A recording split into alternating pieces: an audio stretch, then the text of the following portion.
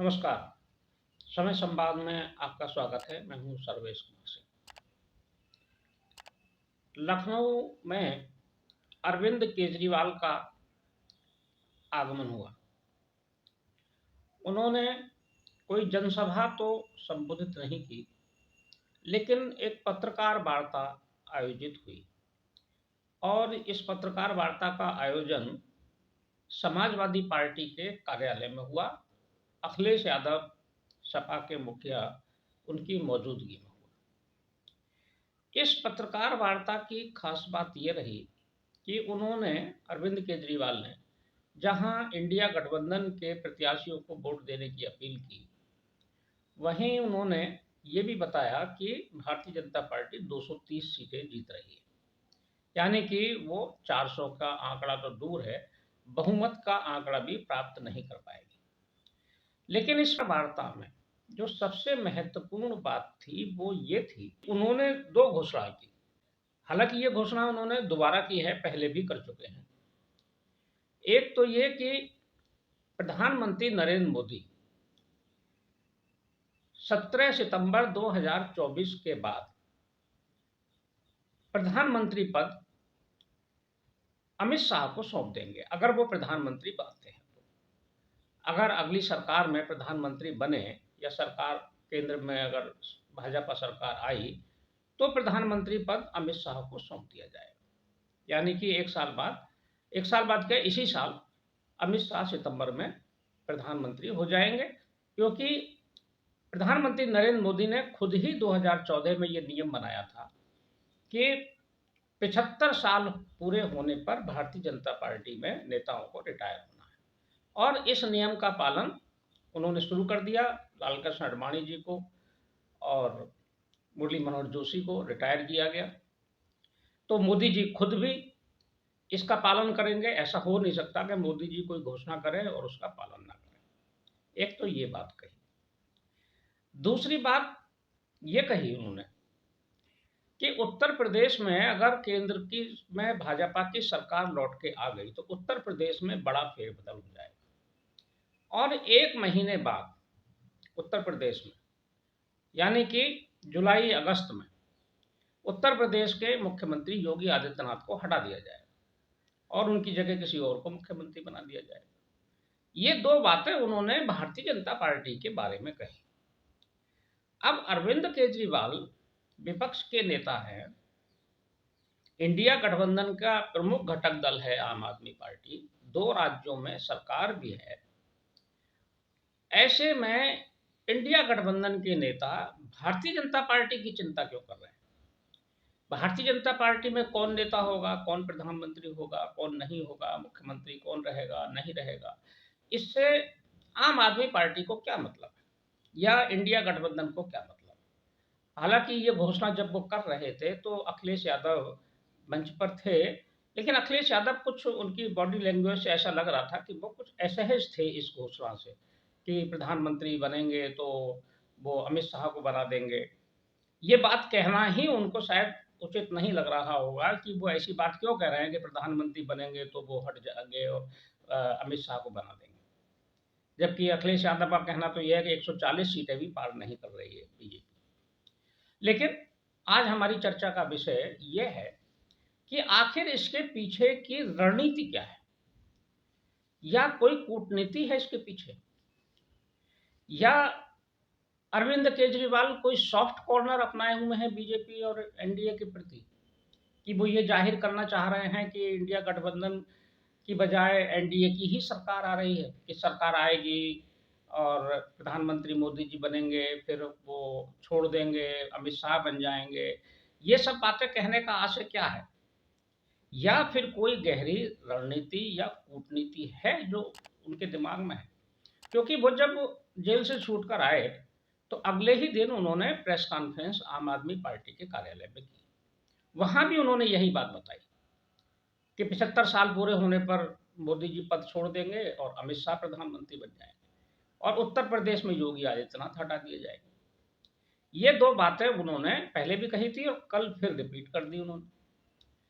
तो इसके पीछे के जो कारण है वो जो दिखाई दे रहे हैं और जो समझ में आते हैं और जो विशेषज्ञों को लगता है वो चर्चा एक आम ये है कि इंडिया गठबंधन और विशेष रूप से आम आदमी पार्टी, अब इंडिया गठबंधन का तो ऐसा कोई नहीं आया है सामने कांग्रेस की तरफ से, लेकिन लेकिन आम आदमी पार्टी ये लग रहा है, क्योंकि अरविंद केजरीवाल बहुत चतुर राजनीतिज्ञ है और सूझबूझ भी है, आगे के भविष्य की रणनीति बनाने में भी वो माहिर है।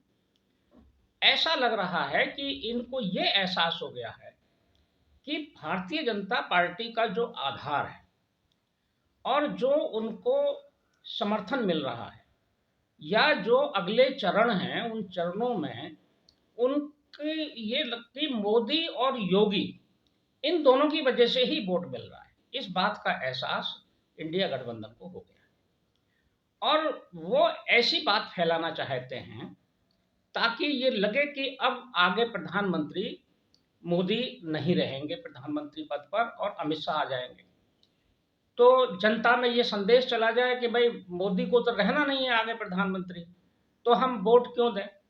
इंडिया गठबंधन को ये लग रहा होगा कि वोट मोदी की वजह से पड़ रहा है और जब ये प्रचारित हो जाएगा कि मोदी को आगे 2024 के बाद नहीं रहना है प्रधानमंत्री, तो फिर वोट क्यों दिया जाए। तो ऐसे में जो भाजपा का मतदाता है या जो कमिटेड है या जो जो लाभार्थी वर्ग है उसमें भ्रम पैदा हो जाए और वो ये मान ले कि मोदी तो बन नहीं रहे हैं, इसलिए मतदाता निराश हो जाए और घर बैठ जाए। इसी तरह से उनको ये भी लग रहा है कि योगी आदित्यनाथ की जो टीआरपी है कहा जाए या उनकी लोकप्रियता है या उनके जो ब्रांड एम्बेसडर वाली जो हिंदुत्व के ब्रांड एम्बेसडर की छवि बन गई है, उसके उस क्षेत्र में भी ये संदेश चला जाए कि योगी जी तो हटा दिए जाएंगे। अब योगी जी हटा दिए जाएंगे तो फिर हम भाजपा को वोट क्यों दें।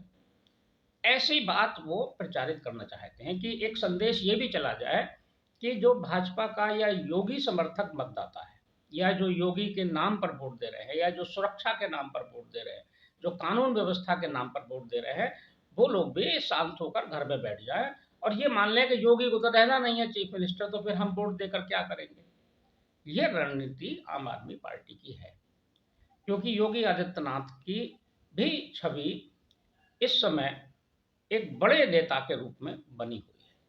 दूसरा संदेश एक ये भी हो सकता है कि एक हवा चल रही है पश्चिम उत्तर प्रदेश से शुरू हुई है राजस्थान से कि ठाकुर नाराज। योगी वैसे तो सन्यासी हैं लेकिन उनका जो कहा जाए पूर्व स्वरूप या पूर्व जन्म भी कहते हैं सन्यासी को, जो सन्यासी का रूप होता है वो सन्यास लेने के बाद नया जन्म माना जाता है, तो पूर्व जन्म भी कह सकते हैं। उसमें वो क्षत्रिय कुल से हैं, तो क्षत्रिय कुल से अगर हैं तो क्षत्रियों में भी ये स्वाभिमान तो है कि हाँ हमारे कुल का कोई नेता उत्तर प्रदेश का मुख्यमंत्री है। तो उनके मन में भी ये भ्रम पैदा करने की कोशिश अरविंद केजरीवाल ने की है कि देखो ठाकुर नाराज तो है ही, पश्चिम की तरफ से कुछ नाराजगी का जो स्वर उठा है और उसे संभालने की कोशिश भी भारतीय जनता पार्टी की तरफ से हो रही है। तो ऐसे में अरविंद केजरीवाल का ये भी प्रयास है कि ठाकुरों में ये रोष बढ़ जाए कि एक ठाकुर नेता को मुख्यमंत्री पद से भारतीय जनता पार्टी हटा देगी कुछ दिन बाद। ये बात भी वो ये भ्रम भी पैदा करना चाहते हैं।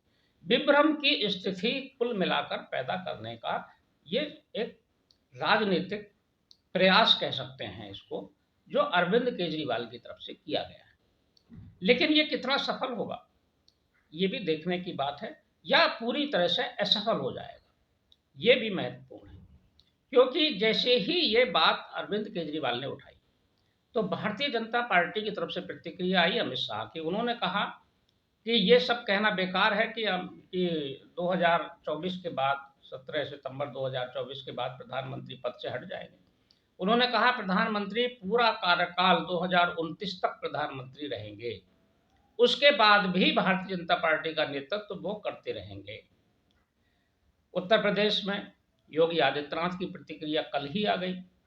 उन्होंने कहा कि मैं तो सन्यासी हूँ, सन्यास के लिए, हिंदुत्व के लिए, सनातन के लिए मैं एक बार नहीं, अगर जरूरत पड़ेगी तो 100 जन्म तक सत्ता छोड़ने को तैयार, मुझे सत्ता का मोह है ही नहीं, ये उन्होंने कह दिया।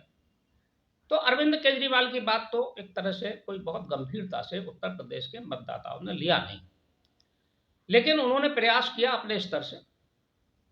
और दूसरा, उन्होंने जो एनडीए के मुद्दे थे वो उठाए, और प्रेस कॉन्फ्रेंस के आखिर में उनसे पत्रकारों ने सवाल किया तो वो किनारा कर गए स्वाति मालीवाल के मामले पर।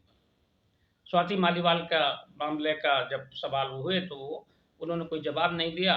संजय सिंह की तरफ इशारा कर दिया, संजय सिंह ने भी कोई जवाब नहीं दिया। उन्होंने भाजपा के काल में जो और दूसरी घटनाएं थी वो गिना दी, लेकिन स्वाति मालीवाल के सवाल पर थोड़ा असहज जरूर हुए। असहज अरविंद केजरीवाल भी हुए और असहज अखिलेश यादव भी हुए, दोनों असहज हुए। पत्रकार वार्ता करके कितना वोट उत्तर प्रदेश में इंडिया गठबंधन का अरविंद केजरीवाल बढ़ाएंगे, ये आने वाले समय में पता चलेगा। बढ़ाएंगे कि नहीं बढ़ाएंगे। अरविंद केजरीवाल के साथ जो ये विवाद जुड़ गया, वो जेल से आए थे छूटकर, इसलिए कि वो शायद इंडिया गठबंधन का कुछ भला करेंगे, लेकिन स्वाति मालीवाल के केस के बाद इंडिया गठबंधन एक नई समस्या में घिरता नजर आ रहा है, खासकर अरविंद केजरीवाल। क्योंकि ये मामला ऐसा है, अब आज तो उस पर कल तो एफआईआर भी हो गई। पुलिस ने घर जाकर स्वाति मालीवाल के जाके बयान लिए और उसके एफआईआर, उनसे शिकायती कॉपी ली, और उस पर वहाँ वैभव कुमार के खिलाफ एफआईआर हो गई। उनकी गिरफ्तारी की तैयारी है, और इस मामले में पूछताछ अरविंद केजरीवाल के परिवार से और अरविंद केजरीवाल से भी होगी, उनके अन्य स्टाफ से भी होगी। तो एक नया मामला उनके खिलाफ ये खुल गया है, और भारतीय जनता पार्टी को बैठे ठाले एक नया मुद्दा ये मिल गया। देखते हैं कल की पत्रकार वार्ता का कुछ असर होता है कि नहीं होता है, या ये ऐसे ही सामान्य रूप से उसकी वार्ता होकर रह जाएगी। समय संवाद में आज बस इतना ही। कल फिर मिलेंगे किसी एक खास विषय के साथ। तब तक के लिए मैं सर्वेश कुमार सिंह आपसे विदा लेता हूँ।